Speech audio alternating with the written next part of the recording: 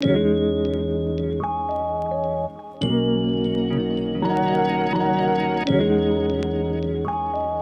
bien, ahí estamos. Bueno, ahora sí, estamos. Entonces iniciamos con lo que es esta clase, que ya creo que es, si no estoy mal, es la tercera o cuarta. La tercera o cuarta clase, ¿se acuerdan ustedes? ¿La tercera? La cuarta, perfecto. Porque la primera siempre es La como. cuarta, la cuarta. Gracias, Toc. Hola Sonia, ¿cómo te va? Lo cierto es que la primera siempre es una clase que yo hago introductoria como para que tengamos un acercamiento de dónde va la cosa y por algunas cuestiones administrativas. Y después la que empieza con el desarrollo propio del organigrama de la justicia es la que sería la clase 1, la primera clase. Acá, bueno, tenemos ya Pepe estuvo hablando sobre cada uno de los rubros, ¿no? Y ahora nos toca ver un poco lo que tiene que ver con el desarrollo del derecho y con las fuentes de este derecho, que después vamos a interpretar desde lo procesal, ¿no? Cuando hablamos del derecho en general, el derecho en general estamos conociendo, ustedes están conociendo, los que no lo hacen, los que no lo hicieron de antes, todo este mundo, este mundillo del derecho en donde nos encontramos con nuevas palabras, nuevo idioma, y tenemos que entender que hay una idea de derecho general, ¿no? Yo se los había dicho en su momento, de que del derecho es un tronco común donde parten distintas ramas. Con el derecho procesal, que es lisa y llanamente lo que venimos a tratar de interpretar nosotros, pasa algo curioso, es que es una rama del derecho, pero que a sus veces está compartida con todas las otras ramas, ¿no? Porque el derecho se puede expresar únicamente a través de la justicia, ¿no? Independientemente que yo pueda, haciendo un proyecto de ley, o que pueda desde el Congreso, o que pueda desde distintos ámbitos, crear el derecho. Pero la realidad es que el ejercicio propio del derecho no se hace por el solo hecho de saber que tengo el derecho signado en un artículo en la Constitución o en una ley, sino que ese ejercicio se hace a través de un proceso judicial. Vimos que el proceso judicial era esta sucesión de actos que nos daban, estaban encaminados hacia un resultado final que era, como forma normal de extinción de ese proceso, la sentencia. Después íbamos a ver otro tipo de formas de extinción del proceso. Pero en principio eran una serie de actos que me van a llevar hasta esa sentencia. Ahora bien, como les decía, todos los rubros del derecho, derecho penal, derecho civil, derecho administrativo, derecho laboral, tienen su propio proceso, su propio procedimiento. Ahora vamos a ver la diferencia entre los dos. Y ese proceso y ese procedimiento es del derecho procesal, es exclusivo del derecho procesal. Entonces el derecho procesal, como les decía, va a ser transversal a todas las ramas del derecho. No podemos interpretar el derecho procesal sin entender todas las ramas del derecho. Por eso que nos tomamos aquellas clases como para que ustedes entiendan que el derecho tiene distintas ramas y que esas distintas ramas parten de un tronco común. Bien, ahora vamos, y les voy a compartir pantalla, los que pueden verlo y los que no me avisan, a ver si se ve bien o no. Ahí está. ¿Cómo lo ven? ¿Lo pueden observar? ¿Ustedes están bien? Perfecto. Sí, bien. Bueno, me alegro. Bueno, ¿de dónde surge este derecho? ¿De dónde parte este principio del derecho general? De las fuentes del derecho. La fuente del derecho, le vamos a llamar fuentes a aquel lugar de donde emana, donde brota, por eso fuente, de donde sale el derecho. Y las fuentes del derecho son unas particulares, ¿no? Que después se van a ver reflejadas en todas las ramas del derecho, pero tienen un tronco común como el derecho que tiene un tronco común. ¿Ustedes saben cuáles son esas fuentes del derecho? ¿Alguno ya las escuchó? ¿Escucharon hablar de la fuente del derecho? ¿No? ¿Nadie? Creo que lo vimos un poquito con el otro profe. Con Pepe, perfecto. Sí. Bueno, la ley, la jurisprudencia, por ejemplo. Jurisprudencia, la doctrina. Muy bien, muy bien. Acá las tenemos un poquito más resumidas. La costumbre, las leyes, la jurisprudencia y la doctrina. Esas son los lugares donde el mismo derecho dice que sale de ahí, ¿no? Esto no es que la misma doctrina dice que estas son las fuentes del derecho. Fíjense cómo se autocrea como fuente del derecho la doctrina. ¿Qué es la costumbre? La costumbre no es cualquier costumbre, ¿no? Que usted se levante a la mañana y que se ponga primero las pantuflas y después vaya al baño. Eso no es fuente del derecho, ¿no es cierto? La fuente del derecho como costumbre es aquella costumbre, valga la redundancia, que se produce previo a la ley, ¿no? Ahora usted me dirá, bueno, pero ¿cómo convive la ley y la costumbre? O sea que hay una costumbre que todavía no está legislada. Sí, es verdad. Y hay una costumbre que no se va a legislar nunca. ¿Bien? ¿Y qué definimos por costumbre? Por costumbre vamos a definir a todas aquellas conductas que en forma reiterada la sociedad realiza y que la cree de carácter obligatorio sin que estén escritas en ningún lado. Esa sería de alguna manera la definición propia de costumbre. En tanto esa obligatoriedad que está escrita, se dan cuenta que es lo mismo, nada más que una está escrita y la otra no, ya es una ley, ¿no? Aquello que la sociedad entiende de carácter obligatorio, ya sea de hacer, de no hacer, o cualquier obligación o derecho adquirido, que esté escrito, ya es una ley, ¿no? Independientemente, después vamos a ver obviamente que hay un rango de leyes, no es lo mismo una ley nacional que una ley provincial, no es lo mismo que la Constitución o los tratados internacionales y una ordenanza municipal. ¿Por qué? Porque hay una jerarquía en esas leyes, ¿no? Que eso ya lo vimos, creo que en la primera clase, y si no, lo vamos a repetir seguramente más adelante. Cuando hablamos de jurisprudencia es la expresión de los jueces, ¿no? La expresión de la justicia, y la doctrina es la expresión de los jurisconsultos o de aquellas personas que tienen la particularidad de poder expresarse dentro de lo que es el desarrollo del derecho. Acá no habría mayor dificultad en interpretar todo esto. Hay una vertiente, otra vertiente, que indica que también existe como fuente del derecho los principios del derecho. ¿Por qué? Porque los principios del derecho, por más que no estén escritos, o no figuren en la jurisprudencia, no figuren en la doctrina, tienen una sui generis, ¿no? Están hechos o están expresados por su propia definición.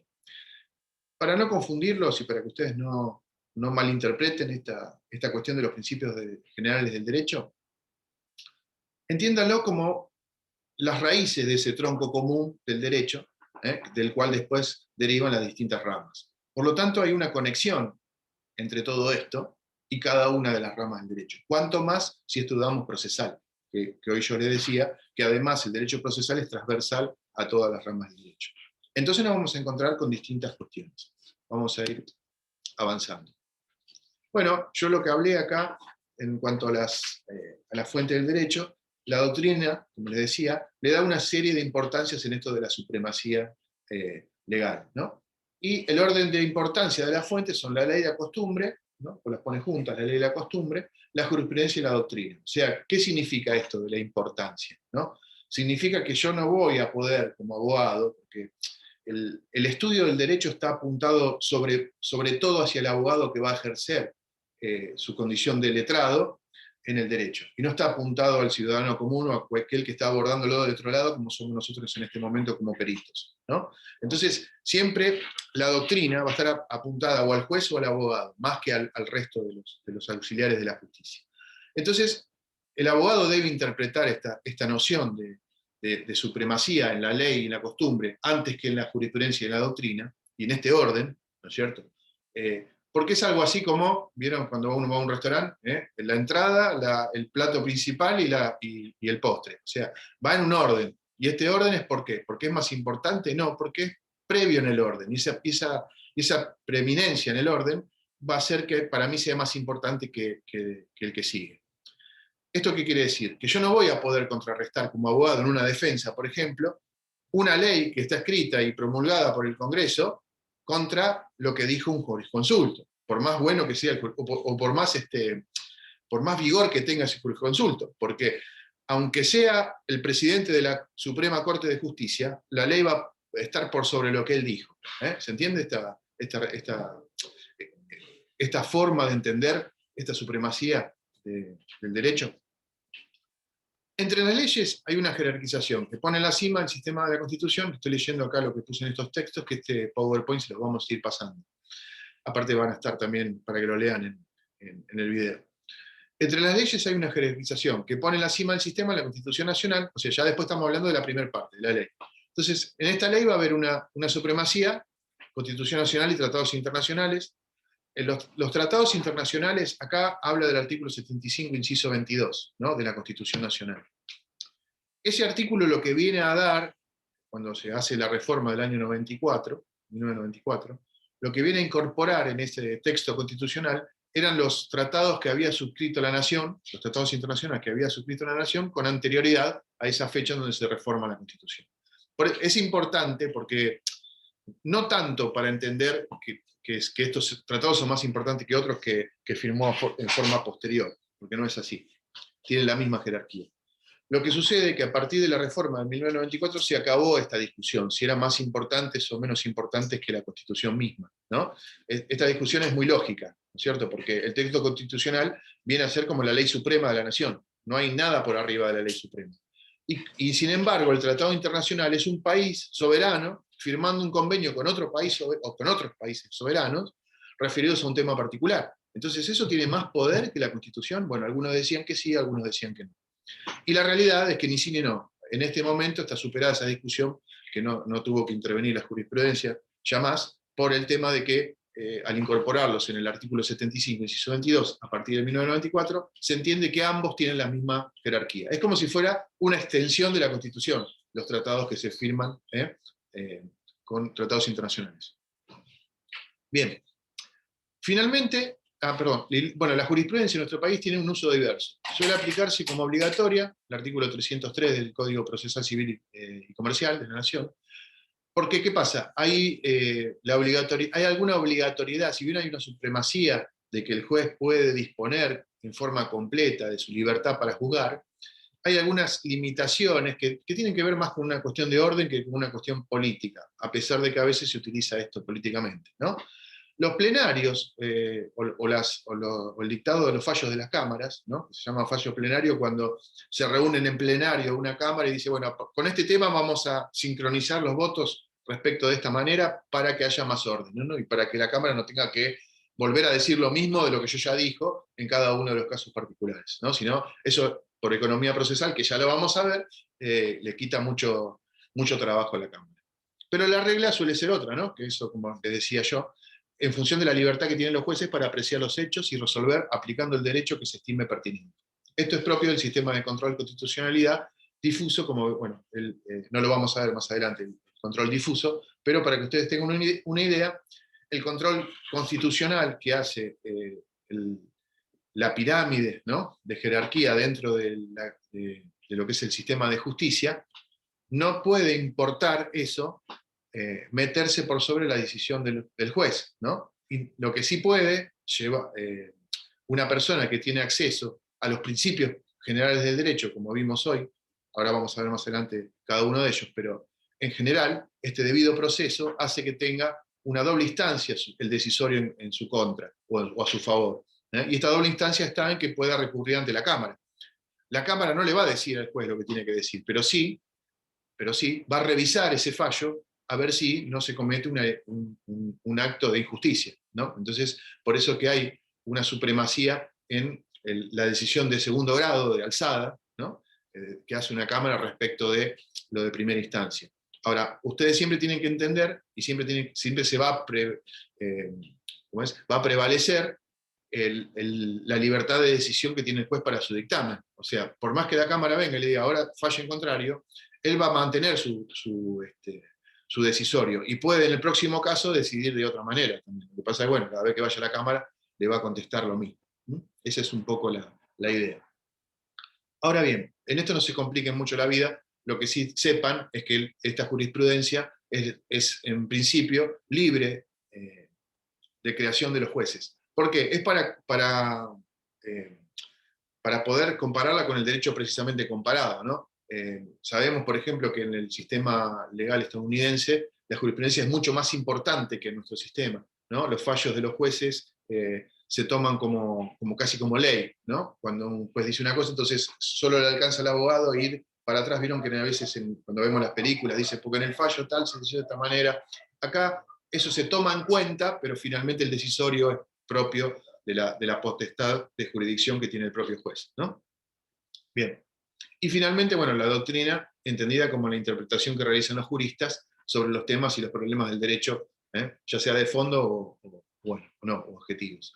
Estas expresiones de los jurisconsultos, ¿no?, tienen que tener la mayoría de las veces son jueces abogados, o que también tienen incidencia, ¿no?, como pueden ser peritos que que de su expertise puedan hacer un manual, ¿no?, de derecho, qué sé yo, para el caso de los que están acá médicos, de medicina legal. Y eso no hay un abogado en la parte médica no va a haber un abogado que lo escriba, sino que tiene referencia en el texto, en el expertise propio del médico. Entonces, ¿qué va a suceder? Esa expresión de ese jurisconsulto, que termina siendo un jurisconsulto a pesar de que no sea abogado, va a ser tomado en cuenta para completar algún fallo, ¿no?, que va a hacer después el juez. Y también va a ser tenido en cuenta por el abogado en el momento de producir su alegato. ¿Ustedes saben lo que es el alegato? ¿Tienen idea qué es el alegato? ¿No? ¿Necesita que lo explique? ¿Les interesa? Cuando declaran, A ver, cuando declaran una de las partes. bueno, en realidad, el alegato, hablando jurídicamente, ¿no?, nosotros decimos, por ejemplo, que el que alega prueba, ¿no?, el que dice prueba. Entonces, es la expresión, ¿no?, de mi pretensión, el alegato. Pero más allá de esa expresión, y jurídicamente hablando, dentro del proceso, y ahora vamos a ver también en un principio que esto se ve, dentro del proceso, el alegato se da en una parte determinante del proceso, que es cuando se terminaron de completar las pruebas que se realizan en el proceso, que se producen en este proceso. Cuando se terminaron las pruebas, se dice que, sobre todo en civil, que se pasan las partes a alegar, o sea que cada parte va a hacer un alegato. ¿Qué significa un alegato? Una valoración propia de cada parte sobre la prueba, que después va a observar el juez para poder hacer su decisorio, ¿no? Entonces, el abogado, por ejemplo, de la actora dice, vieron, señor juez, mire que de acuerdo a las probanzas de este expediente, se ha comprobado fehacientemente que María José me firmó un documento, un pagaré, y que no me lo pagó. Entonces está claro que no me lo pagó, y está cierto que me lo firmó porque la pericia caligráfica dio que era la firma de María José. Y la otra parte va a decir lo contrario. Entonces va a decir, no, pero también está probado que ese documento fue arrancado de una manera por los testigos que dijeron que estaba María José borracha en el momento que quisiste firmar. Entonces, hay un montón de cuestiones que las partes van a alegar de cada una de ellas, que después el juez va a valorar junto con la prueba que se produjo. Entonces, jurídicamente hablando, o mejor dicho, procesalmente hablando, el alegato es una parte del proceso en donde las partes hacen un aporte de lo que consideran fue la valoración de aquella prueba que se produjo previamente. ¿Está? ¿Se entendió? Me expresé más o menos en forma entendible. Por eso les decía yo cuando empezamos que estas son por ahí cuestiones más complejas, más específicas de lo que es lo procesal. Bueno, ahora bien, el derecho procesal, acá era la parte donde les tenía que decir yo que era transversal a toda, pero me adelanté en el inicio, que todo lo que es procesal es transversal a cada uno de los rubros que ya vimos con Pepe en su momento, ¿no? Pero surge el proceso judicial, ¿no?, el proceso que uno lleva adelante a través del organismo jurisdiccional, por una necesidad de justicia por un lado, y porque existe un organismo que la recepta, ¿no? Si no, soy alguien que grita en el desierto, dice la Biblia. ¿Por qué? Porque yo puedo tener mi pretensión, ¿no es cierto? Esa pretensión que se han violado mis derechos. Pero si no hay nadie que lo recepte, no hay un organismo donde yo pueda hacerlo valer, es simplemente una expresión, ¿no? Cuando se juntan las dos cosas, la necesidad de justicia y mi expresión de esa necesidad, o mi pedido de esa necesidad, y el organismo, se produce algo que se llama acción. Nosotros, lamentablemente para ustedes, los que venimos del mundo del derecho, estamos acostumbrados a utilizar las palabras en dos ámbitos. Uno de ellos es el ámbito, podemos decirle profano, ¿no? Y por otro lado, en el ámbito jurídico. O sea, acción tiene una acepción desde lo no jurídico, desde la vida diaria, ¿no? Una acción es cualquier cosa que yo hago, ¿bien? Y una acción jurídica, dentro del expediente jurídico, tiene otra acepción, ¿bien? Y esto es algo que ustedes tienen que empezar a aprender con H, ¿no? A internalizar.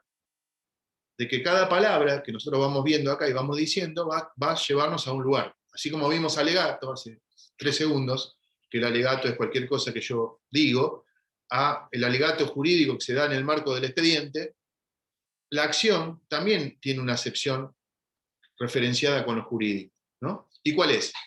¿Qué es una acción jurídica para cualquiera de los que estamos acá? A ver si me pueden ayudar. Perdonen que los molesto con esto, pero es solo para ver si no se me durmieron con lo que vengo diciendo. Y no me siento tan solo, porque si no, como es una máquina. Cualquier presentación de un escrito en el expediente. Claro, Carlos. En realidad, no cualquier presentación es una acción, ¿no? La acción es la acción inicial, o sea, es el llevar adelante en el expediente mi pretensión. ¿Por qué? Porque cualquier presentación, si yo, qué sé yo, pido que un pronto despacho, en realidad, no sé, sí, bueno, en ese caso capaz que lo podemos discutir, pero se me ocurre ahora un escrito mero trámite, que se le llama así a cualquier escrito, corrija que usted puso, señor juez, usted escribió Groesner sin Z y va con Z. Eso no es una acción, ¿está? Eso es simplemente un escrito presentado en el expediente. Una acción es llevar adelante mi pretensión dentro del expediente jurídico, o sea, este cruce, ¿no?, entre la necesidad jurídica y el organismo estatal. ¿Bien? Por eso decimos que la acción es el impulso procesal inicial, en principio. Hago valer mis derechos con una acción. Por eso, a una de las partes en el expediente, sobre todo en el expediente civil, se la llama actor. Porque se la llama actor no porque sea colega de Darín, sino que se lo llama actor porque lleva adelante una acción. ¿Bien? Al otro lado, ¿cómo se lo llama? Demandado.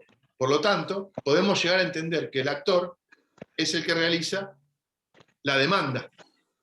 ¿Bien? Aquella demanda que va a significar después el desarrollo del proceso.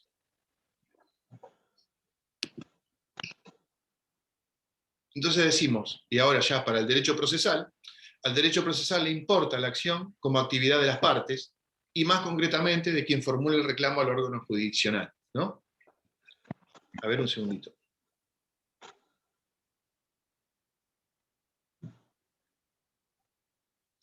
Bueno, como les decía, entonces al derecho procesal les va a importar el término acción como a esa actividad de la parte que lleva adelante o que formula el reclamo ante el órgano jurisdiccional.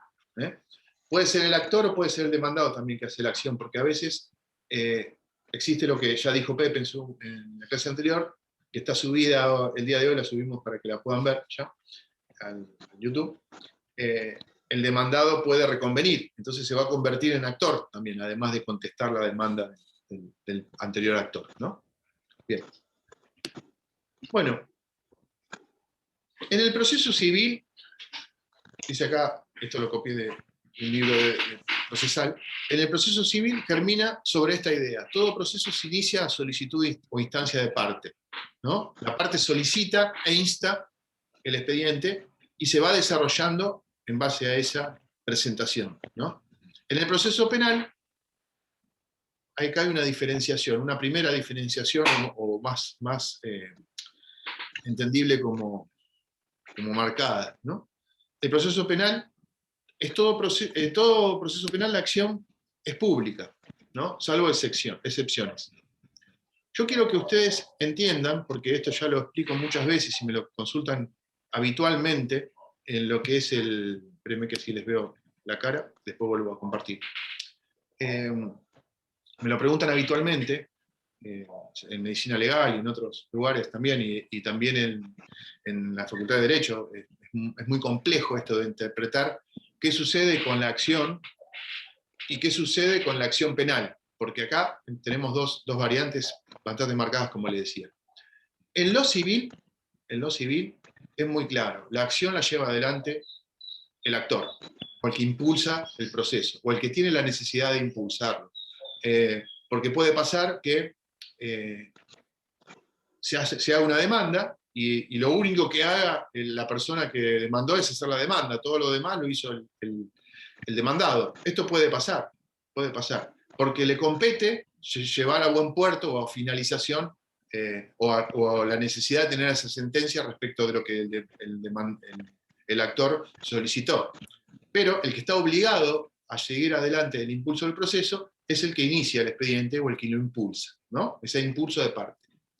En el derecho penal, esta acción que dijimos para lo procesal, que era llevar adelante esta pretensión dentro de un expediente, se puede desarrollar de distintas maneras, y hay confusiones que yo quiero tratar de limpiar ahora.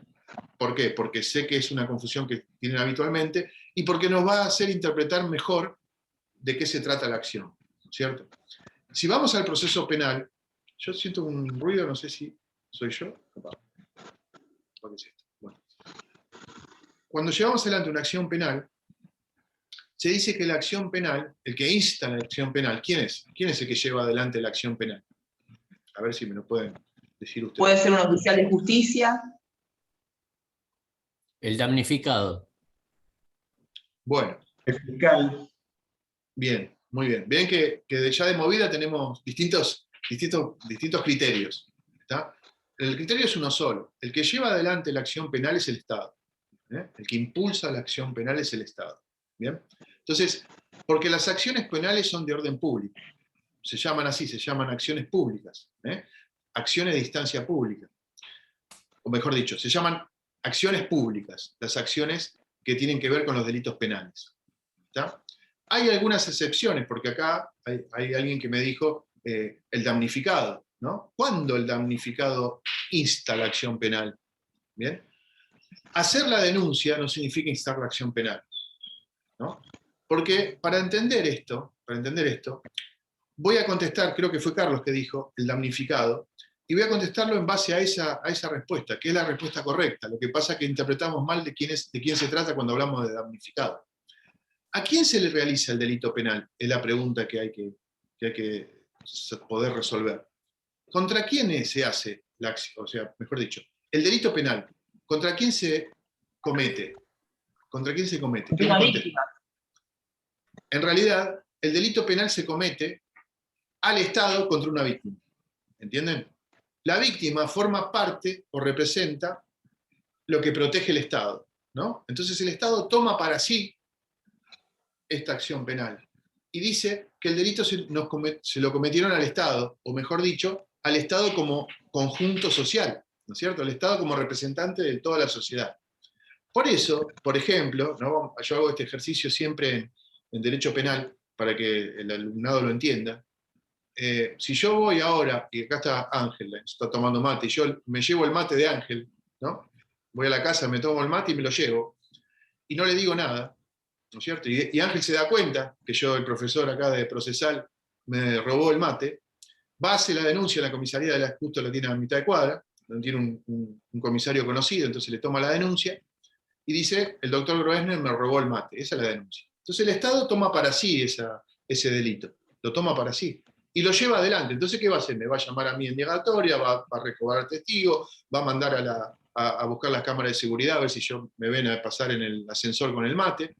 Todo eso va a ser el Estado. Pero ¿qué pasa? Yo lo llamo a la tarde, Ángel, le digo, Ángel, mira, tengo que hablar con vos. Voy a verlo, le digo, mira, discúlpame. La verdad que no sé qué me pasó, era un mate de Boca, y yo soy hincha de Boca, no sé qué me pasó, acá te lo devuelvo, pero no solamente que te lo devuelvo, sino que acá te compré otro mate que vale 3 veces más que el que yo te quise robar, y te lo doy en compensación por el daño que te causé. Entonces Ángel, que sabe de mi buena conducta, mi buena habitual conducta, ¿qué hace? Me perdona, están llamando. Me perdona, ¿no? Me dice, quédate tranquilo, Marcelo, no hay problema, entiendo lo que te pasó, yo también soy hincha de Boca y me pasa lo mismo. Entonces me voy, contento yo. ¿Y Ángel qué hace? Inmediatamente va a la comisaría, y al señor comisario, mire, ¿se acuerda que yo vine hoy con lo de Marcelo? Sí, bueno, no, déjelo así, porque al final mire lo que hizo Marcelo, me devolvió el mate y ¿qué le va a decir el comisario? Ah, no, ya está, vos no tenés nada que ver en esto es nuestro. Marcelo es un delincuente porque roba. No sos vos quien para perdonarlo. Perdonarlo en tu fuero íntimo, pero legalmente no está perdonado hasta que haga su proceso judicial, a que vaya una sentencia. ¿Entienden? ¿Por qué? Porque los delitos se cometen contra el Estado en desmérito de una víctima, como dijo acá la doctora Mince. ¿Entienden? Entonces, ¿qué pasa? Para entender ahora y relacionarlo con lo que estamos hablando de la acción, todos los delitos son de acción pública. Todos los delitos son de acción pública. ¿Qué significa esto? Que el Estado lleva adelante esta acción, esta pretensión entre la necesidad de justicia y el organismo estatal, lo hace el propio Estado en la cabeza del Ministerio Público Fiscal. Bien, para la provincia de Buenos Aires. ¿Que quién es? El fiscal. Por eso existe una fiscalía, por eso el organigrama, cuando hablábamos de que hay una unidad funcional de instrucción y también hay un juez de garantías, y un departamento distinto, que es el juez de garantía, que va a velar porque eso que está haciendo el fiscal esté haciéndolo conforme dentro de las leyes. ¿Se dan cuenta? Entonces, pero me falta, esperen, porque me puede saltar alguno a decirme, no, pero hay delitos que no son distancias. Bueno, ahora vamos a eso, espérenme. Entonces, ¿qué sucede? Existe un recurso para que la víctima pueda incorporarse al proceso, la víctima, escuchen, puede incorporarse al proceso como parte. Porque si yo voy y denuncio, si sea cualquier cosa, ¿no? Cualquiera de ustedes dicen, me violaron, y denuncio, yo soy simple víctima, no soy parte del proceso, soy como un testigo del proceso. ¿Se entiende?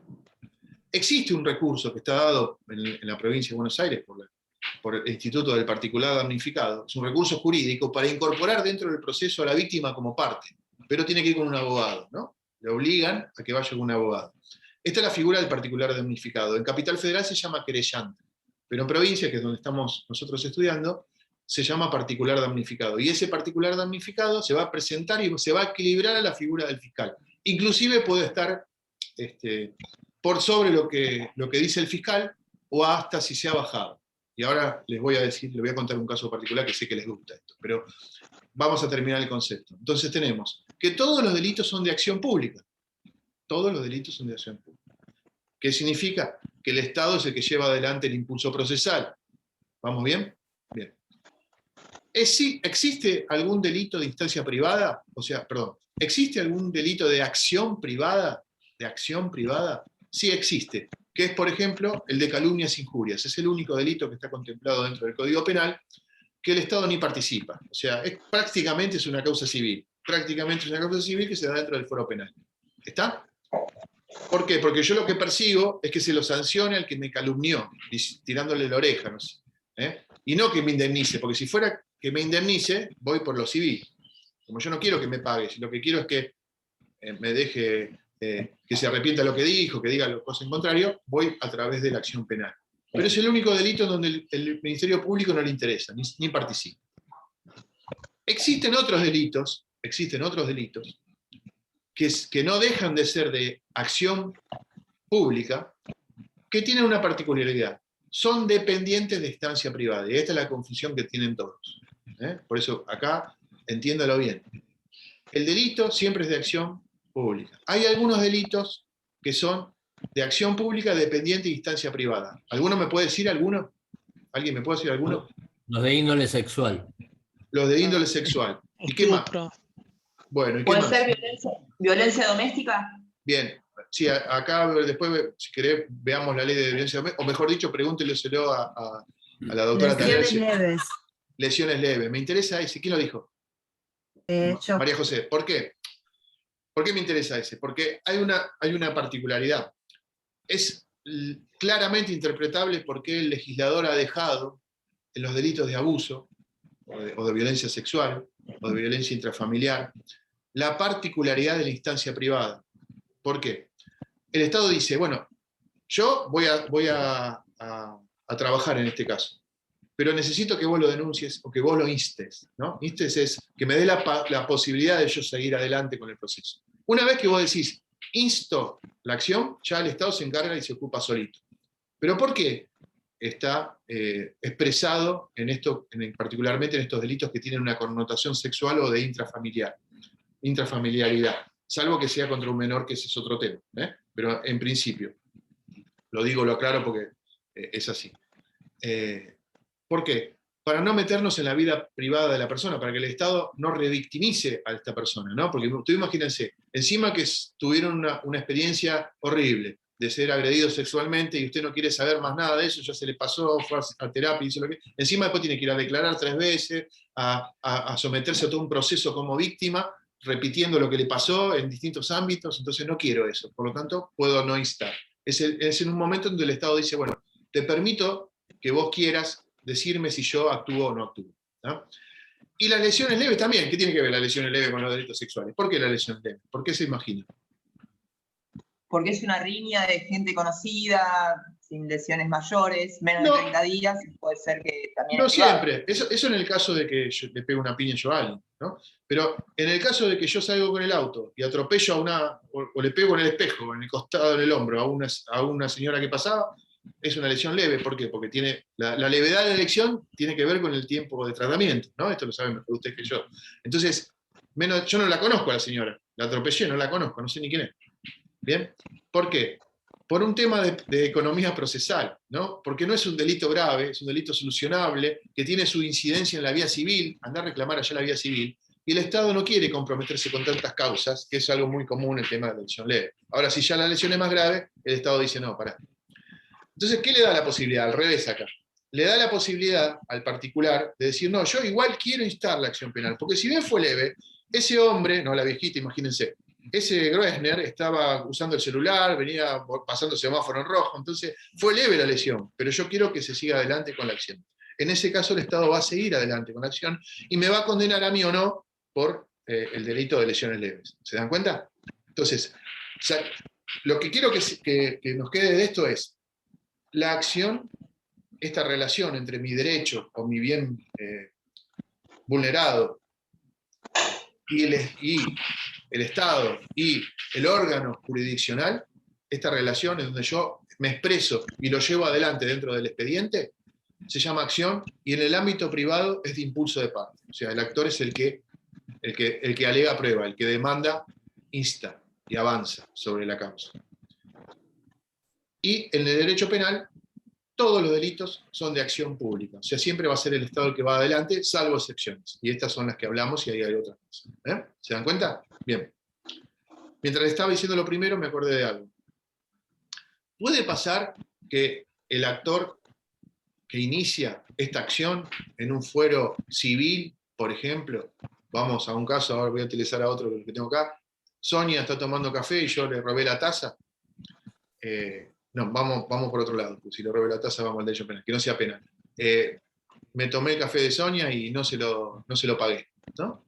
¿Qué pasa? Me va a hacer una demanda ella. Entonces va a presentar en la justicia y va a iniciar con un abogado, un escrito que lo va a firmar ella, lo va a firmar el abogado, se presenta a la justicia, va a pagar el bono ius y todo lo que es el procedimiento, ¿no? El proceso que va a llevar adelante para obtener lo que ella quiere. Impulsa ella la acción. Y yo me presento y contesto, y digo, no, bueno, mire acá, tal cosa. Bien. Y pasa el tiempo. Y Sonia no hace más nada.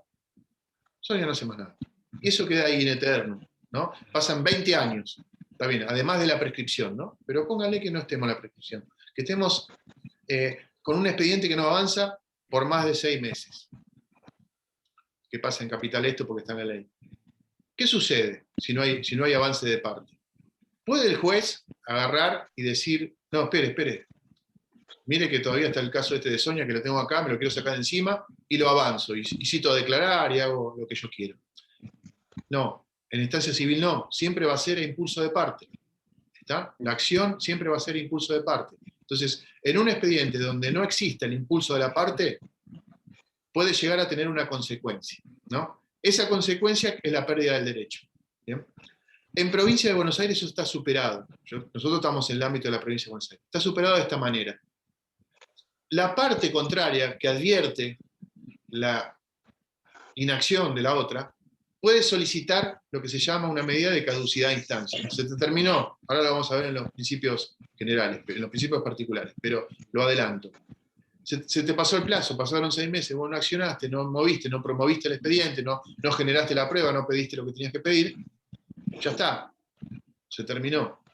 En Provincia de Buenos Aires está superado porque el juez la va a notificar a la otra parte. Entonces, si usted recibe una notificación, mire que quieren darle de baja la causa, usted se presenta y se termina el asunto. Impulsa y se terminó. En Capital Federal el plazo es perentorio. O sea, pasa un plazo y la parte pide, la otra, ¿no? Que se caducó la instancia, existe lo que se llama caducidad de instancia, y es uno de los motivos más graves de la mala praxis para con los colegas abogados. ¿Se dan cuenta? Se perimió la instancia. Te olvidaste de presentar un escrito, pasado el tiempo que pasó, perdiste. Y si perdiste, pagará el abogado el juicio, o pagará lo que perdió de ganar. Pero la realidad es que para lo que es el juzgado, esa caducidad de instancia es prácticamente inapelable. Bueno, Vamos de vuelta a volver. ¿Alguna duda hasta acá con lo que dije? ¿Estamos de acuerdo? Una pregunta. Sí, En Manu. el ámbito penal, las acciones, ¿cómo se llaman los delitos? ¿También tienen caducidad? Claro. Por ejemplo, en capital, Sí. casi un año Sí. y 8 meses, puede ser algo así. Sí, hay también un conocimiento que se lo voy a traer para la próxima clase. ¿Por qué? Porque lo voy a dejar a Pepe, que lo explica muy bien. Pero en principio se los adelanto. Una cosa es la caducidad y otra cosa es la prescripción. ¿Está? La caducidad ocurre cuando haya iniciado un expediente. ¿Vamos? De lo que vos decís, Manuel, es de la prescripción. O sea, ¿prescriben los delitos penales? Sí, prescriben los delitos penales, teniendo en cuenta el máximo de la pena. ¿Está? También existe en lo civil, ¿no? La prescripción que está incorporada dentro de los textos, que son el artículo 4.000 y pico, 4.300 y pico, que son la prescripción para las acciones, ¿no? Las acciones civiles, fíjense. Entonces, la acción civil, ¿cuándo prescribe? Y prescribe de acuerdo a cómo se genera esa acción civil. Si es generada por un contrato, va a tener una prescripción de 5, antes eran 10. Si es generada por un hecho contractual, ¿no? Como por ejemplo un accidente de tránsito, tiene 3 años de prescripción. Y después, si no, también tenés otras prescripciones que son particulares de cada caso. Por ejemplo, el contrato de seguros, la propia ley de seguros dice que prescribe al año de que la correspondiente obligación es exigible. Quiere decir esto, que si te roban el auto y vos no decís nada, ¿no? Y vas a los 366 días, perdiste el derecho a ser indemnizado. ¿Está? Entonces, hay prescripciones que son exclusivas de cada uno. En el derecho penal, las prescripciones están contempladas dentro de la parte general del Código Penal y hablan sobre el máximo de la pena. O sea, si una pena, ¿no es cierto?, como el homicidio de 8 a 25 años, el homicidio simple, y es un homicidio simple el delito que vos cometiste, al año 26 nadie te va a poder acusar de lo que sucedió, excepto que tengas la declaración de imprescriptibilidad, como son, por ejemplo, los delitos de lesa humanidad. ¿Estamos de acuerdo? Donde específicamente, independientemente de la cuestión filosófica de eso, ¿no? Independientemente de la cuestión filosófica, la ley ya dice, porque lo dice la ley, así es, que los delitos de lesa humanidad son imprescriptibles. O sea, haya pasado la cantidad de años que haya pasado, no son prescriptibles. ¿Estamos? ¿Se entendió? Manu. Bien. Bueno. ¿Alguna objeción con esto de la imprescriptibilidad de los delitos de lesa humanidad? ¿Estamos de acuerdo que está bien que sean imprescriptibles? Sí. Yo en lo particular, y estoy grabando esto, no estoy de acuerdo con la imprescriptibilidad de ningún delito. ¿Ah? Entiendo y comprendo y celebro que los delitos de lesa humanidad sean imprescriptibles por el tema de la condición, ¿no? Ya cuando pasamos a otro tipo de delitos, porque la imprescriptibilidad abre la puerta a la posibilidad de la persecución del Estado, ¿no? Porque obviamente, ¿por qué prescribe? ¿Cuál es el criterio de prescripción de los delitos? No digo de lo que es de un contrato, ¿no? Obviamente no voy a estar anudado un contrato por más de 200 años, una locura, ¿no? Pero el delito, ¿no? El delito que tiene una prescripción corta, porque ustedes imagínense que 25 años por un homicidio, bueno, pero después para un delito de robo, de 1 mes a 3 años, 6 años, de último, no, si está grabado, no hay una cantidad en eterno en el tiempo de la prescripción. Entonces, si en 3 años ya me liberé de esa cuestión, ¿me siguen? ¿Por qué voy a dejar que un Estado me persiga para siempre? Entonces, ese para siempre es una condición que el legislador intentó de frenar, por eso se inventó ya el jurisconsulto en Roma, ya interpretó como válida. Entonces, la imprescriptibilidad de cualquier delito hace que el Estado se meta en un lugar donde una cuestión política, ¿no?, puede determinar que una persona sea perseguida para toda su vida. ¿Bien? Obviamente, no tendría que haber pasado los delitos que cometieron los militares en ese momento. No tendría que haber pasado realmente eso. No es que sea imprescriptible hace que no vuelva a pasar tampoco, ¿eh? Ojo. Comprendo que no la excusa, sino el argumento, mejor dicho, sea que son fáciles de tapar en los gobiernos los delitos de lesa humanidad. ¿Por qué? Porque hasta que no cambie el gobierno, entonces ya ahí nos comemos. Si el gobierno dura más de 10 años, más de 20 años, ya logré la prescripción. Entonces se pretende evitar esa cuestión, evitar que como el represor de lesa humanidad está en el gobierno, pueda extender en el tiempo la posibilidad de su condena, y así lograr la prescripción. ¿Bien? Ahora, lo cierto es que nos estamos metiendo en un campo donde, por política, podemos afectar un derecho natural que tiene el hombre de que no se lo persiga en eterno respecto de un delito, ¿no? Bien. Sino tampoco, ¿qué pasa con los represores? También tendríamos que darle cadena perpetua porque sí, o tendríamos que darle condena de muerte, como ha pasado con algunos, oculta, ¿no? Porque es la verdad. Pero bueno, ya eso son cuestiones políticas que no nos interesa meternos. Yo quiero que les quede simplemente esto, ¿no? Que repensemos aquellas cosas que se escuchan, ¿no? Estoy de acuerdo, vuelvo a decir, estoy de acuerdo con la imprescriptibilidad en este caso de lesa humanidad, pero hubiera preferido que no lleguemos a eso, ¿no? Antes de meternos con un derecho.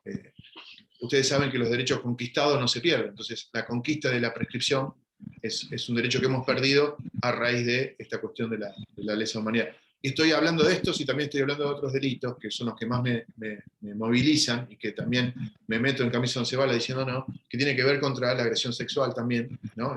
Esta tendencia a la imprescriptibilidad de algunos delitos que no son de lesa humanidad. Entonces, por eso, cuando abrimos la puerta de algo, tenemos que tener cuidado cuál es la consecuencia. Bueno. ¿Ustedes se escuchan como un barullo o como un ruido? No sé si... Sí. ¿Me están escuchando ahí? Sí. ¿Sí? Ah, entonces era Sí, escuchamos. el auricular. Bueno, bien, continuemos para adelante. ¿Alguna pregunta más hasta acá? Una pregunta, ¿y un delito No, no escucho yo, de pero- mala praxis médica? No te escucho yo ahora, perdón. Ah, ¿me escuchás ahí? No, ahora no escucho yo, se ve que quedó como trabado. No era tu cable, No era- profe, ah, bueno. se deberían silenciar todos, por ahí es eso. Ahora lo silencio yo a todos y cualquier cosa se vuelven a dar audio para... Ahí está, ahora sí. ¿Escuchan bien ahora? ¿Escuchan bien? Perfecto. Bueno, Manuel, me preguntabas algo. ¿Puede ser que no te escuché? Sí, le preguntaba si un delito de mala praxis médica, eso no prescribe tampoco. El delito de mala praxis médica sí prescribe. Por el, Sí, por el prescribe. máximo de la pena, ¿no? Teníamos que analizar cuál es el delito. Igual, no hay un delito de mala praxis médica. Es el delito de lesiones o de... ¿no? Lo que hay es un reclamo civil por mala praxis médica. Está interesante, vamos a darle un espacio a eso de la mala praxis médica, porque lo manejamos mucho en lo que es el tema de los que hicieron con nosotros la parte de medicina legal, pero los que no lo hicieron, vamos a hacer en este curso algún tipo de evolución de este tema, ¿no? Porque nos interesa, ¿no? Como peritos, siempre vemos, como peritos vemos dos cosas, ¿no? Que siempre lo digo y esto lo tenemos que incorporar. Como son ustedes médicos, ¿no? Y yo abogado también siendo pasibles de la mala praxis y siendo peritos para poder determinar si esta mala praxis existió o no, voy a ir por una doble vía. Una de ellas es el cuidado que tengo que hacer de mi profesión respecto a no cometer mala praxis. Y la otra vía, ¿cuál es? La de ver la mala praxis en el otro, si me lo requiere. Entonces, tengo siempre esta doble visión. Bueno, ¿algo más? ¿O seguimos? Tengo para decirles un par de cositas más antes de terminar la clase, que son importantes. Estábamos acá. Bueno, esta es una definición de Celso, que cuando hablamos de la acción, ¿no? Celso es un jurisconsulto romano que incorporó esta definición en el digesto. El digesto son todas las leyes que nos hemos heredado de Roma, que se han traducido y muchas de ellas han tenido recepción en nuestros códices. Celso dice que la acción no es otra cosa que el derecho de perseguir en juicio lo que a uno se le debe. ¿Por qué? Porque Justiniano decía que la justicia era de cada uno lo suyo. Entonces, esa persecución de lo que se le debe a uno se va a hacer a través de la acción. Y para Celso, esta acción era perseguir precisamente este derecho en el juicio, como lo vimos. No tan lejos. Bien. Y acá vamos a tener... Hoy dijimos que dentro de las fuentes del derecho estaba esto de los principios, ¿no? Entonces vamos a ver principios del proceso y principios del procedimiento. que son dos cosas distintas. Hay una distinción entre proceso y procedimiento. ¿Alguien se puede animar a pensar de qué se trata esto? ¿Qué diferencia podemos dar entre proceso y procedimiento?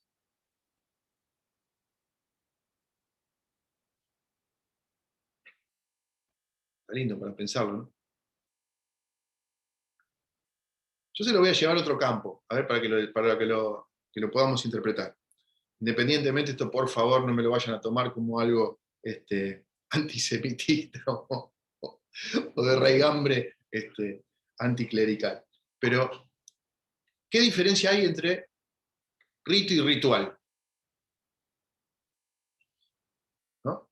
Son dos palabras que la tenemos en nuestra cabeza, como proceso y procedimiento. Yo llevo a este campo para que puedan llegar a observarlo. Capaz que alguno más que otro acá dentro de este curso.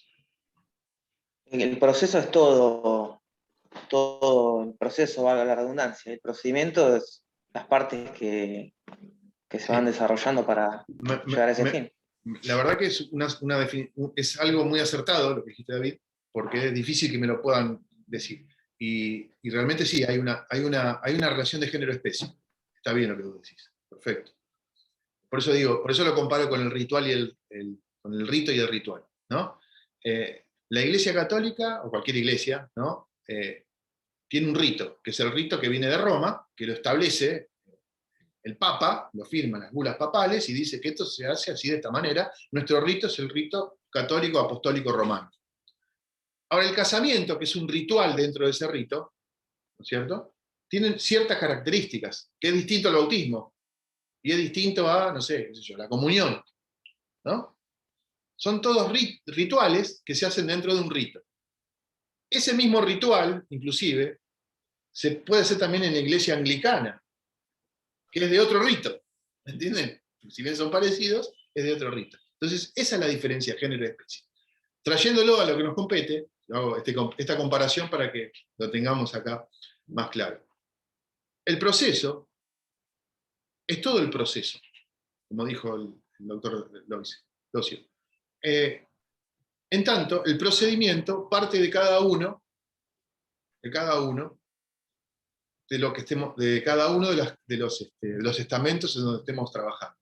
Ahora, para decirlo de otra manera, el proceso penal es todo el proceso penal, ¿cierto? Uno, para saber si es culpable o inocente, y para saber si va a cumplir o no cumplir la pena, y para saber desde el momento que entra en una comisaría, el detenido, hasta que sale por la reja de la prisión, todo eso es el proceso penal. Ahora hay distintos procedimientos, porque hay un procedimiento que es en una primera instancia, en la UFI, la Unidad Funcional de Instrucción, donde tiene todo un procedimiento, porque ahí está la indagatoria, ahí está si hay un allanamiento o no hay un allanamiento, ahí está las ampliaciones de indagatoria, ahí va a estar todo hasta un momento, hasta la elevación a juicio, donde pasa otro organismo, que eso lo explicamos antes, y lo va a recibir, por ejemplo, un juzgado, un tribunal oral en lo criminal, y va a tener un procedimiento también dentro de este proceso penal. ¿Cuál es el procedimiento? Y bueno, ya hay 3 jueces, ya las partes va a haber un juicio oral, y el otro era escrito, y acá hay oralidad, etc. Entonces, después va a pasar a otro juez,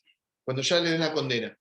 10 años de prisión, va a otro juez. ¿Cuál es? El juez de ejecución penal. Y el juez de ejecución penal tiene otro ritual, tiene otro procedimiento. ¿Por qué? Porque tiene el imputado, que ya no es más imputado, ahora es reo, y está dentro del proceso de prisionerización, y va a entender en otras cuestiones. Lo que le pase en la cárcel va a ser responsabilidad del juez de ejecución penal, hasta el día que le abren la reja, donde él ya no tiene más nada que ver.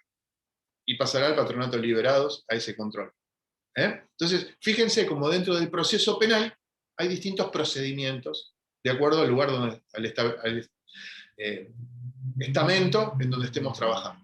¿Bien? Esa es la diferencia. Entonces, por eso vamos a entender ahora esto, de cuáles son estos principios.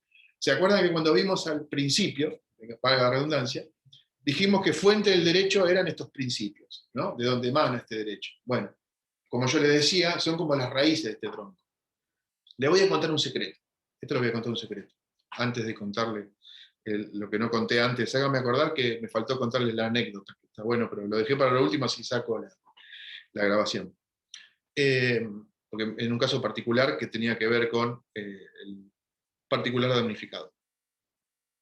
Decíamos, Cuando dije al principio, les dije que los principios era como la raíz del árbol, donde va a ser nuestro derecho, ¿no? Tronco común, hay una raíz y hay las diferentes ramas. Y el secreto que les voy a contar, que lo sabemos algunos abogados, es que si usted sabe un par de principios, no tiene que estudiar 6 años de facultad.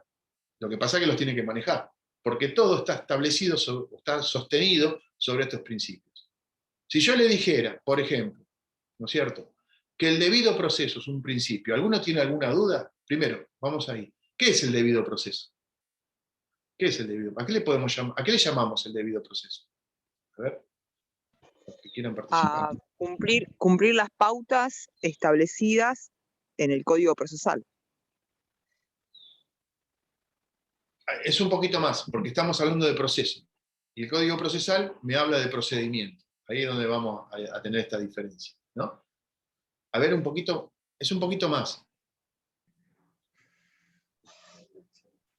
Está bien igual, doctora Bianchi. Creo que... Bueno. Lo que es el debido proceso está acá. A ver si lo tengo en manito. Espérenme 2 segundos. Ahí estamos. Sí, acá lo vamos a ver. Bueno, acá está. ¿Qué dice acá? Artículo 18, ¿de qué? De la Constitución Nacional. Ningún habitante de la nación puede ser penado sin juicio previo, fundado en la ley anterior al hecho del proceso, ni juzgado por comisiones especiales o sacado de los jueces designados por la ley antes del hecho de la causa.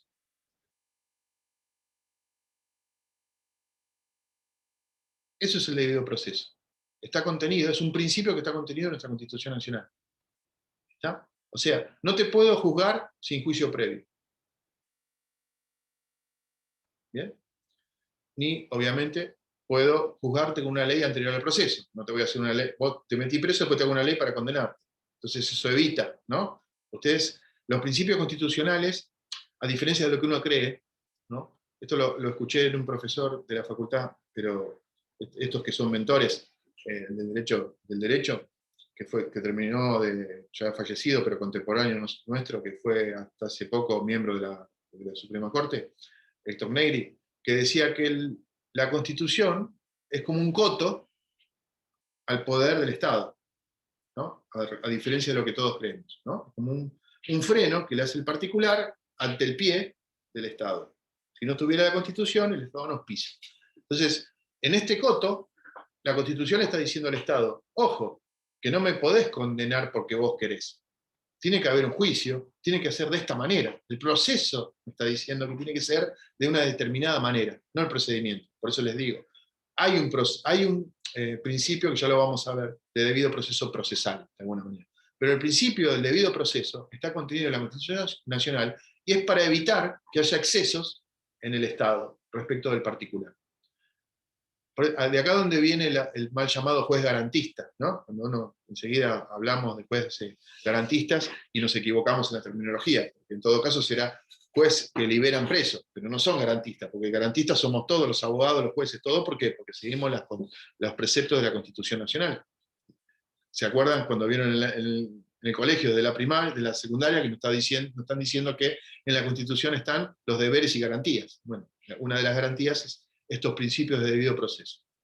Y de esto se trata todo el ordenamiento jurídico, de acá parte. Por eso que también es ley fundamental y fundacional la Constitución Nacional. Y en el artículo 18 dice esto, el debido proceso. Nadie puede ser penado sin juicio previo, ni fundado en ley anterior al proceso, ni juzgado por comisiones especiales, las famosas juntas para condenar, o sacado de los jueces designados por la ley. Tiene que haber el juez natural, que lo dijo Pepe cuando habló de jurisdicción y competencia, ¿se acuerdan? En la clase pasada. Parte de acá. O sea, todo lo que estamos viendo, parte de acá. Bien. Ahora yo salgo y vuelvo. Entonces, acá. Ténganme paciencia porque ya no falta mucho. Son cosas bastante complejas. Pero no quiero cortar y volver porque si no nos perdemos. ¿Les parece si sigo adelante y seguimos un ratito más? No falta mucho. Ahora es analizar estos principios que, si yo los tuviera que analizar en profundidad, estaríamos 8 años haciendo esta apreciación. Yo quiero que por lo menos se lleven el conocimiento de que existen, y les voy a marcar lo que son específicos y los que necesariamente ustedes tienen que conocer, ¿no? En estos principios del proceso, acuérdense, de lo general, ¿no? Lo general, la Iglesia Católica, ¿no? Católica Apostólica Romana, o sea, el proceso penal, todo el proceso penal, o el proceso judicial, podemos decirlo también, con los diferentes estamentos del proceso judicial, tenemos el debido proceso, que lo vimos, que parte del artículo de la Constitución, y que de alguna manera deriva en esto, que siguen. El principio de bilateralidad es que tiene que haber otra parte que esté involucrada. Esta idea tripartita que también la vimos cuando yo hablé del derecho al comienzo, ¿no? Esta triada, en donde tenemos, no puede haber un Estado haciendo un proceso con un particular, solamente un Estado. Ustedes me dirán, bueno, pero ahora te estás contradiciendo con lo que dijiste hace 5 minutos. ¿Por qué? Porque el Estado acusando y el Estado... No me estoy contradiciendo. Estoy precisamente diciendo cuáles son las partes en ese momento. Por un lado tengo, en el proceso penal, siempre tengo 3 partes. ¿Por qué? Porque voy a tener el imputado con su defensa particular, o defensor del Estado, llegado el caso, el fiscal que va a acusar, y el juez que va a dirimir. Si bien el juez y el fiscal son parte del Estado, también lo puede ser el defensor oficial, fíjense, todo el Estado, pero en realidad cada uno cumple su función. El fiscal forma parte del Ministerio Público Fiscal y el juez forma parte de la justicia. Entonces tenemos este concepto o este principio de bilateralidad. Tiene que haber elementos opuestos, ¿bien? Y en esta oposición de elementos tenemos el derecho a la contradicción. Yo tengo derecho a contradecir lo que se está planteando dentro del expediente. Obviamente que de este principio deriva, del debido proceso, el principio de igualdad ante la ley. Acá no hay mucho que expresar, ustedes lo entienden, ¿no? Todos los habitantes somos iguales ante la ley. No existe en la Argentina título de nobleza. Todo lo que estoy repitiendo como de memoria son el artículo 19 de la Constitución Nacional. Si ustedes ven en esos primeros artículos, van a encontrar todos los principios, ¿bien? Que nos vienen a ser de raíces de este árbol. El principio de información. El principio de información está inmerso dentro del proceso, ¿no? El proceso en general. Tiene algunas limitantes. El principio de información lo que habla es de la publicidad del proceso, ¿no? El proceso es público en realidad. Todo proceso como regla general tendría que ser público. ¿De dónde viene? Viene del derecho romano, donde el proceso era público en la plaza. O sea, salía el pater family de la plaza de la ciudad y decía que el otro pater family, el otro padre de familia, que su hijo lo había ofendido. Entonces se generaba con todos los padres de familia una discusión dentro de la plaza pública, y de acuerdo a lo que la mayoría votaba, era sentenciado o no la persona que había robado una gallina. Bien. Esa información que estaba en la plaza pública era de público conocimiento de todo el mundo, ¿no? Y así son las causas son públicas, ¿bien? De hecho, el juicio oral y público, ¿no? Que usted sabe y entiende que dice así. Obviamente porque por cuestiones de reserva. ¿Por qué? Porque, hago un paso para atrás, esto está en contra de lo que pasó después, dentro de lo que fue la justicia, ¿no? ¿Por qué? Porque lo del erario de la plaza pública, lo que pasaba en la plaza pública con los padres de familia, se reemplazó por la figura del juez o del rey que venía a dirimir, ¿no? Si había una apelación dentro de esta relación de padres de familia, se iba al noble, y este noble iba al rey, y esa era la función de la apelación que tenían en la antigüedad, ¿cómo es? El proceso judicial, ¿no? Que no era judicial, sino que era un proceso regulado por este poder ejecutivo fuerte, que era un rey, ¿no? Imperio, ¿no? Un poder de imperio, que todavía se llama así a lo que ejerce el juez, ¿no?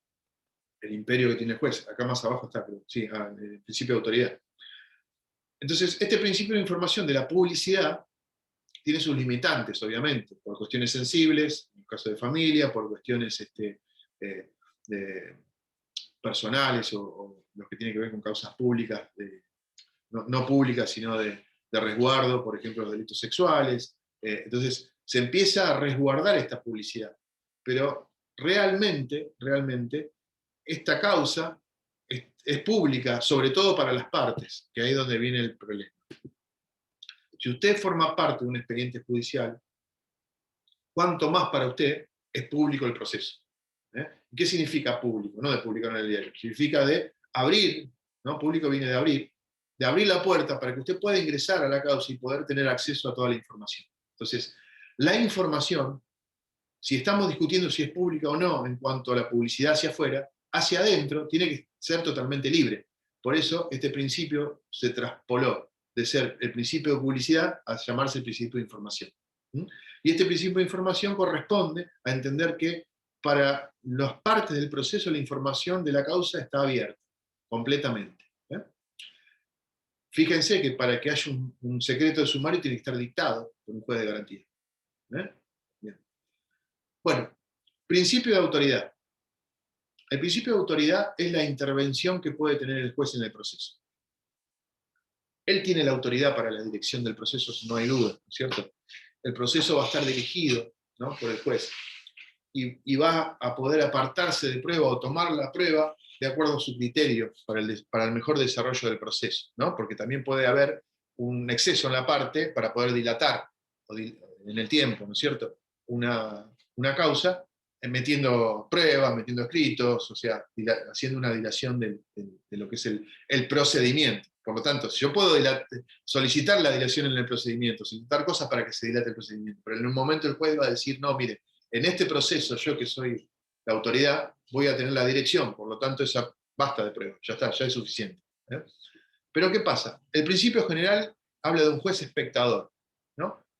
El juez es espectador porque va a observar el proceso y va a intervenir lo menos posible, salvo que sea necesario, y al solo efecto de mejorar este proceso. Siempre mejorar en una razón objetiva, no para una de las partes, ¿no? Obviamente. Mejorar el proceso. ¿Bien? Entonces, este juez espectador va a ver lo que pasa, va a estar siempre mirando lo que pasa, y va a trabajar recién a lo último, cuando tenga que dictar la sentencia. Ese es el criterio, por eso lo pongo como juez espectador. Esto bórrenlo, ¿no? Es simplemente para que ustedes entiendan cuál es el criterio general. Y después tenemos el principio de moralidad, obviamente, que está de la mano de lo anterior, ¿no? El juez, además de resguardar el debido proceso, ¿no?, que este proceso sea debido, ¿no? Y no hablo de debido de otros gobiernos, este principio de moralidad es el que le va a dar al juez al proceso. Va a decir, bueno, o sea, no, esto no se puede, abogado, esto no, hay un cierto decoro, una cierta, si bien hay una cierta libertad de las cuestiones a plantearse, siempre tiene que estar dentro de un marco de moralidad. Ténganlo en cuenta. ¿Qué nos va a ser importantes a los efectos del examen? Que dentro de los principios del proceso está esto del debido proceso como regla básica. Número 1, instaurada en la Constitución Nacional. Y después vamos a tener lo de la bilateralidad y la contradicción, en que están las partes del proceso, eso lo tenemos que tener claro, y el principio de igualdad ante la ley, que no lo expliqué porque no hace falta explicar. O sea, todos los habitantes somos iguales ante la ley. Entonces no puede haber diferencias en cuanto a nacionalidad, sexo, etc. Deberían algunos jueces entenderlo, pero bueno, eso ya es otro tema, que si quieren lo hablamos fuera de lo que se graba. Y ahora vamos a pasar a lo último, y ya no los mareo más, espero que la hayan pasado bien hasta acá, y si no, me perdonen por toda la carga de información que lamentablemente les tengo que brindar. Las clases cuando son personales son un poco más habladas, entonces se hace un poquito más llevadero. Acá yo estoy tratando de traducir esta puntualización que hice con el PowerPoint para que ustedes tengan un acceso un poco menos duro, pero la realidad es que, bueno, yo podría explicar mucho mejor el debido proceso con algunos ejercicios o con algunos feedback que podamos hacer en una clase, en un aula. Con la virtualidad, bueno, se complica un poquito. Es mejor porque estamos en casa haciendo nuestras cosas y el tiempo se acorta, porque eso es lo que logramos, más que nada, con la virtualidad. Acortar el tiempo porque no tenemos que trasladarnos hasta donde tenemos que estudiar, y por otro lado también porque no aguantamos mucho frente a la pantalla, entonces indefectiblemente hay que cortarlo un poco. Pero bueno, principios del procedimiento. Ya pasamos del principio del proceso en general a los principios del procedimiento en particular, ¿no? Y esto aplica para todos los procedimientos, ¿tá? fíjense que son más específicos, tienen que ver más con la forma de trabajo.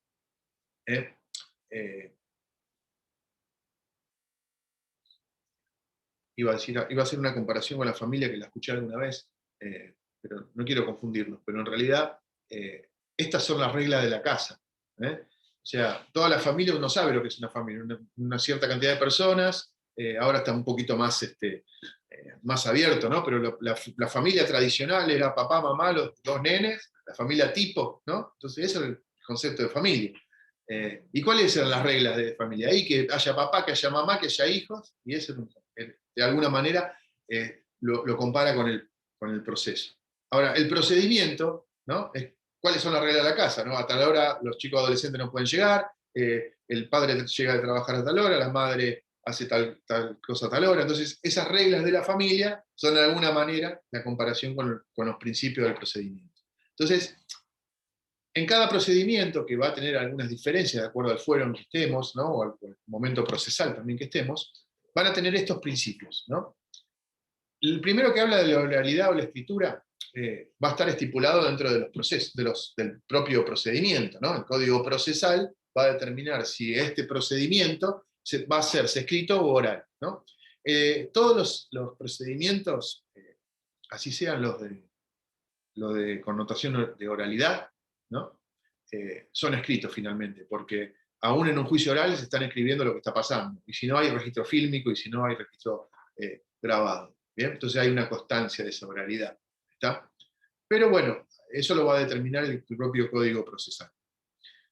El principio de la legalidad de las formas, que se contrapone, se contrapone, pero a la vez está vinculado con el principio de legalidad, que también podría ser unos principios del debido proceso, porque también tiene el debido proceso, además de ser, como dijimos, lo que precisamente da el tema de que debe hacerse con un juicio previo, debe hacerse dentro de una ley anterior al hecho del proceso. Todo lo que dice el artículo 18 está ligado con el principio de legalidad, porque eso le da legalidad a ese proceso, ¿no? Pero en procedimiento se habla de legalidad de las formas, ¿no? ¿Y qué son la legalidad de las formas? Que no haya un procedimiento que no esté mencionado en el ritual. ¿Entienden? O sea, si el Código Procesal Penal dice que primero la indagatoria y después la condena, no puede ser primero la condena y después la indagatoria, porque ahí no habría legalidad de la forma. O sea, la forma que indica el proceso es para mantener un cierto orden de legalidad dentro del proceso.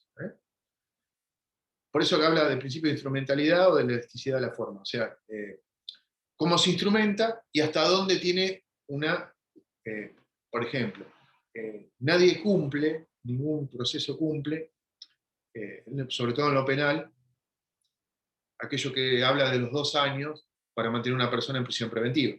Fíjense, el juez de garantía tiene 2 años para resolver si pasa juicio o no pasa juicio una persona que está en prisión preventiva. Y esto nunca se cumple. O sea, la mayoría de los que están detenidos están en esta condición, ¿no? Prisión preventiva. ¿Qué es la prisión preventiva? Es una medida cautelar para que no se escape o para que no entorpezca la justicia con una persona.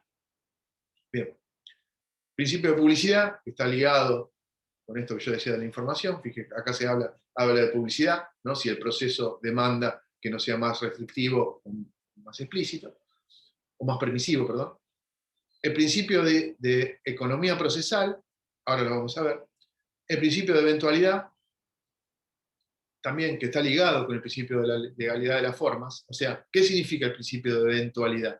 Significa que también tiene que ver con los otros que siguen, con el de concentración procesal y de la preclusión. Ahora, para que los entendamos, vamos a ir despacito.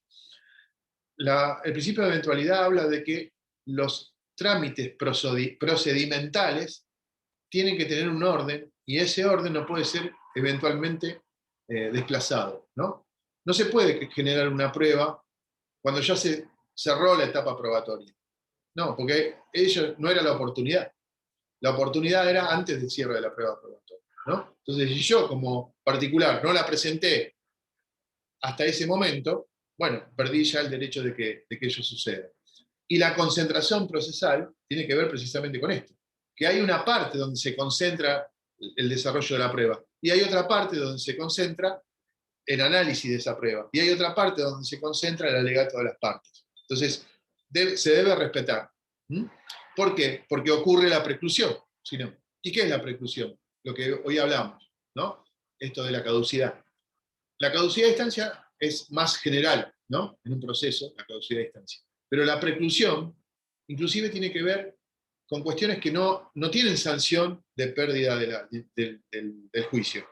Porque la caducidad hace que si me opera, yo no pueda seguir avanzando. Es una forma no normal de extinción del proceso, porque se caducó la instancia, chao, se terminó ahí el proceso.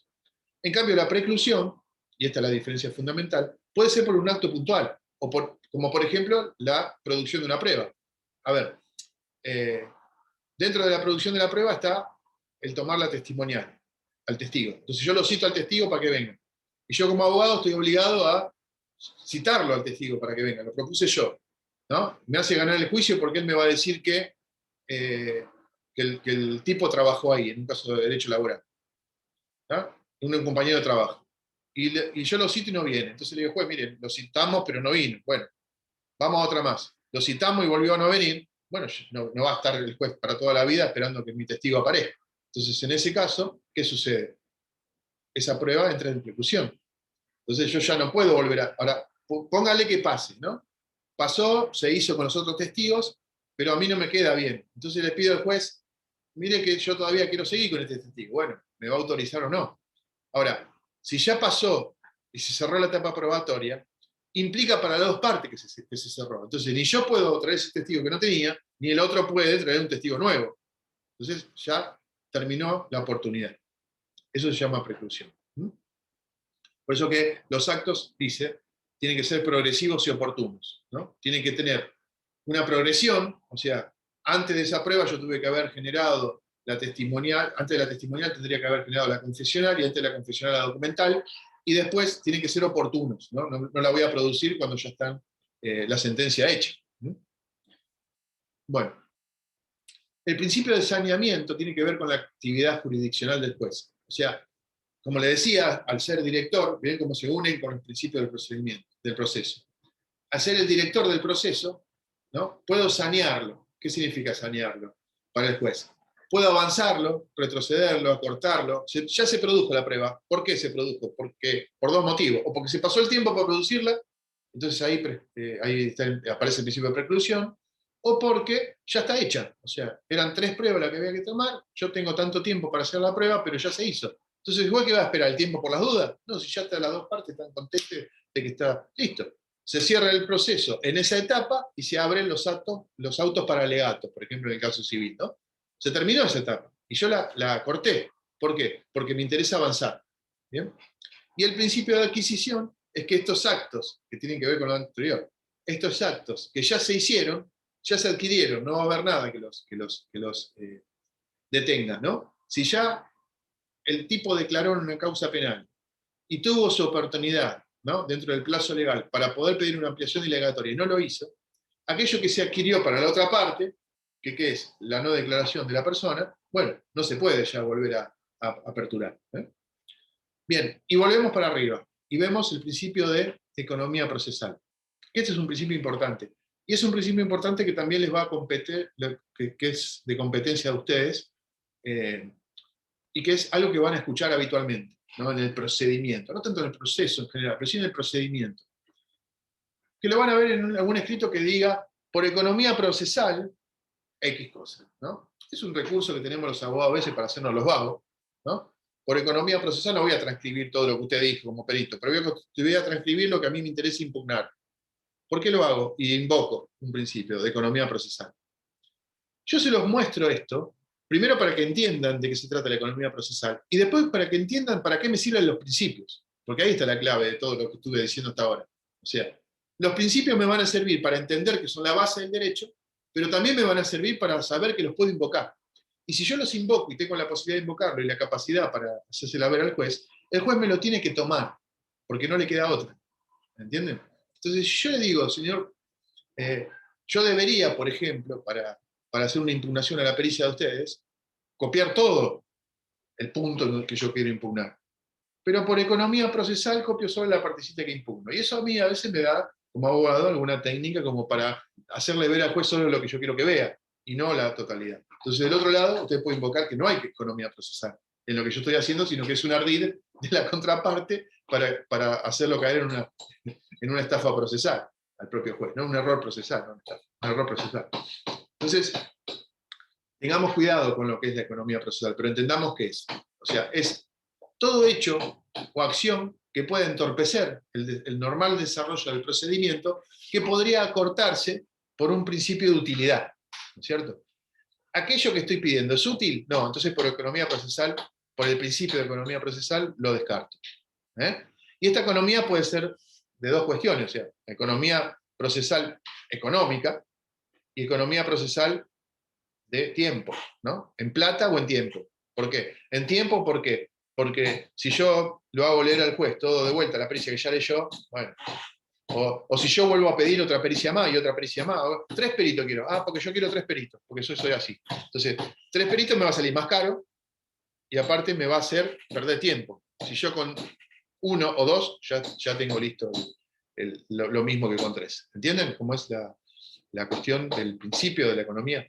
Bueno, hasta acá, a ver, ¿qué más hay acá? No hay más. Hasta acá, esto que les dije hoy es el primer punto que ahora ustedes cuando tengan el programa, no sé si lo tienen o no lo tienen, lo van a tener, el programa que da la Corte, para que ustedes sepan de qué se trata la fuente del derecho y los principios. De todos estos principios que vimos, lo más importante van a ser, ¿no? Esto ya, si quieren, anótenlo como recordatorio, para volver a leer. En cuanto al proceso en sí, a todo el proceso, ¿bien? Ahí van a tener, sobre todo, que saber el principio de debido proceso. Y dentro del debido proceso, la igualdad ante la ley. Es lo más importante. Y de los principios del procedimiento, obviamente que el principio de legalidad de las formas, si usted pone en internet principio de legalidad de las formas, salen 400 millones de explicaciones que todas son válidas. Y el principio de economía procesal, ¿no?